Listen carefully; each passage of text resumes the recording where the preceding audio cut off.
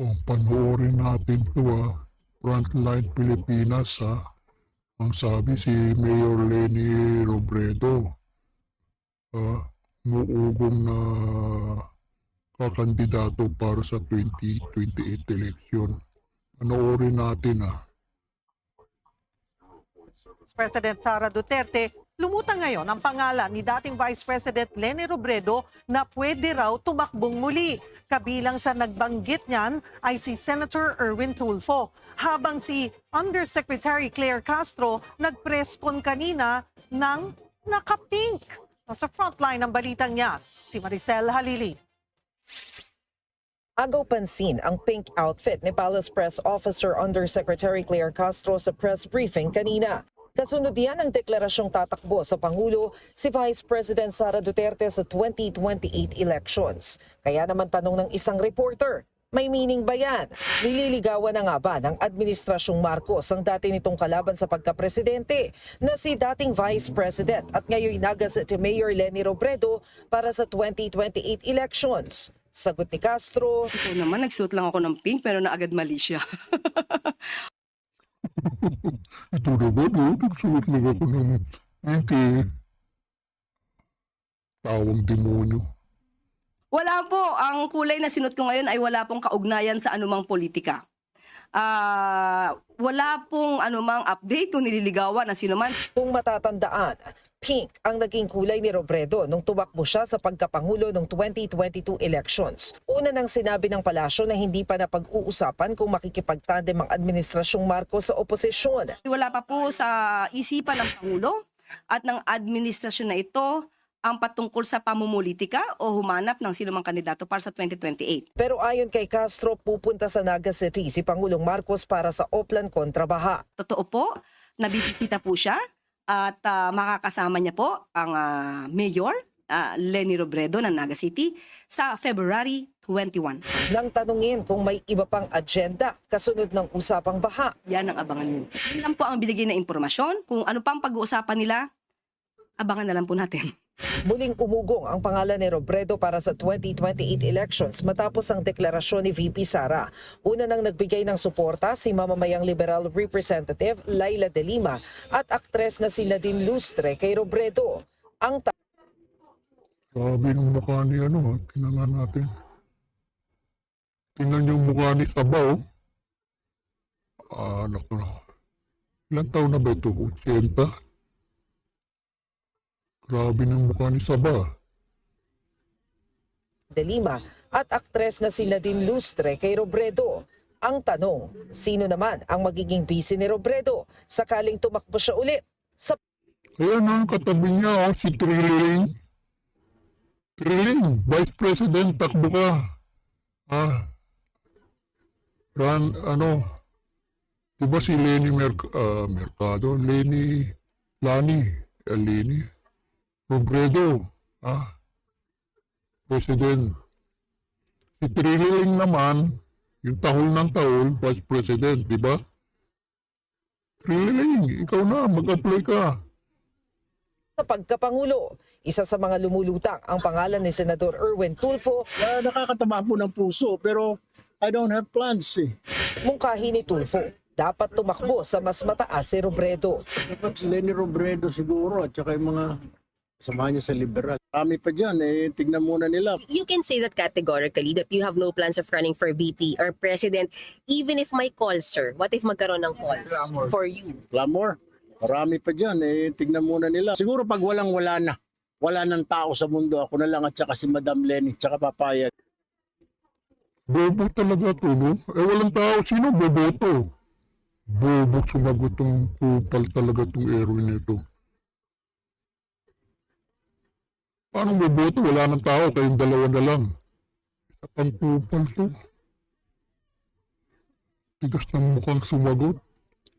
Pero for now, ang dami dyan, ang dami siguro na makikita. Speaking of liberal, ang party member nitong si Butch Abad iginiit na gaya ng Team Duterte, bukas din sila sa posibilidad ng girl power o parehong babaeng tandem sa 2028. Ang nakikitang tambalan Si Virus? Si Byron. Vice President, Presidente gusto dyan eh. Lenny Risa.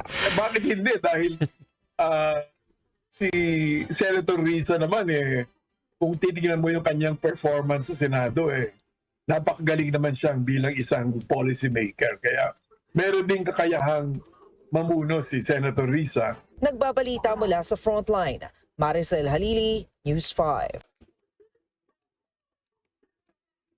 Frontline Pilipinas dito naman tayo. Mga nakaraan na election to. You said that the lack of remorse from Senator Marcos is worrisome. Exactly what do you want to hear from him? Alam mo, Pia, yung apology, voluntarily given yun. Hindi natin yun pwedeng ipilit sa kanya. Pero yung sa akin, yung recognition ng maraming kamalian in the past. Kasali doon yung hidden wealth na hanggang ngayon hindi pa din natin nakukuha. Oh, bangag! Hanggang ngayon hindi pa rin nakukuha yung hidden wealth na ninakaw ng tatay mo. Mga Marcos. Hindi pa rin nakukuha, sabi ni Robredo. Bangag, sige. At yun ay nakaw yun sa taong bayan. Hindi Oh, nakaw pala sa taong bayan eh. Ikaw talagang bangag, hindi mo pa sinusuli. Nasuli na ba? hindi yata natatama na i-acknowledge lang yun. Kailangan ibalik yun sa atin. So now this is going to be a Marcos versus Robredo fight. Go ahead, Senator Marcos. Senator Marcos first. Me? Can I Yes. speak? At lahat ng mga question, lahat ng mga issue na binabanggit tungkol sa hidden wealth ay naging bahagi na ng mga iba't ibang kaso sa korte. At sa korte kung ano man ang iuutos, kung ano ang paghusga sa ganung mga issue ay susundan naman namin. At maliwanag na hindi naman kami lumalabag sa mga order ng kahit na anong court. At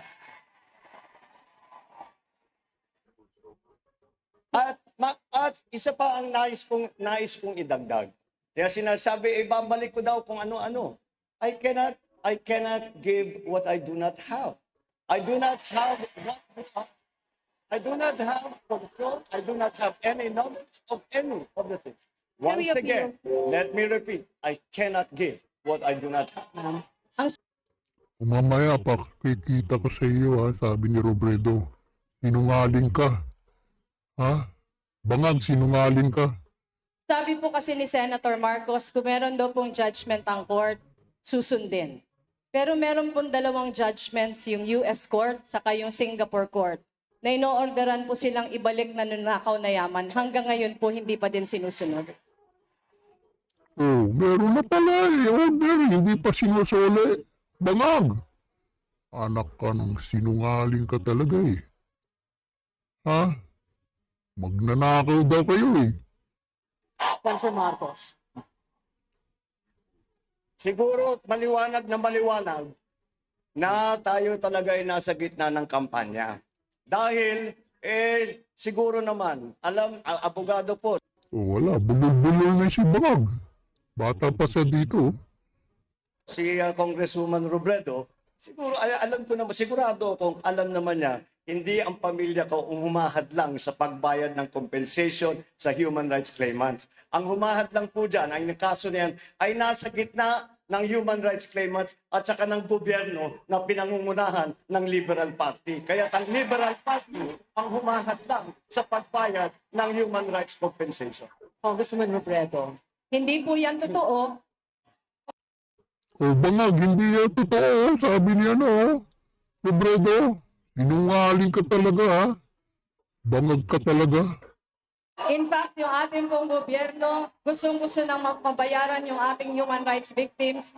Pero kakaunti pa lang nga po yung nakocover ng judgment ng court.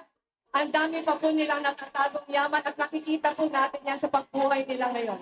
Napakasimple lamang po. Hold on, candidates. Kung talagang ninanais ninyo na mabayaran ng compensation, bawiin ng gobyerno ang inyong claim at agad-agad mababayaran ng human rights. Ang gobyerno ang humahad lang ang Liberal Party ang humahadlang.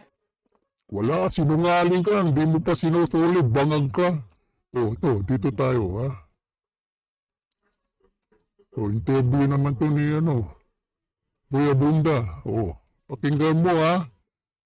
Bangag, pakinggan mo na addict sa cocaine, sabi ng ate mo, pakinggan mo. Lenny, bakit hindi dapat iboto si Bongbong Marcos? Number one, sinungaling. Gusto mo bang maging Number one, sinungaling ka. Bangag, sinungaling ka raw. Upal ka, hayop ka talagang bangag ka. Ginawawa mo Pilipinas, puro kurakot kang hayop ka. Ulitin ko ulit ha, bangag. Na-addict sa cocaine. Hanggang ngayon, wala pang nakakasuhan na big fish. Kagaya ni Sandro na pinsan mo. Na si Tambaloslos Romualdez, pati yung anak mo. Si Sandro Marcos na bilyong-bilyong alokabol. Sabi ni Jose Cabral, upal ka. Sabi mo, malungkot ang Pasko, kakasuhan sila.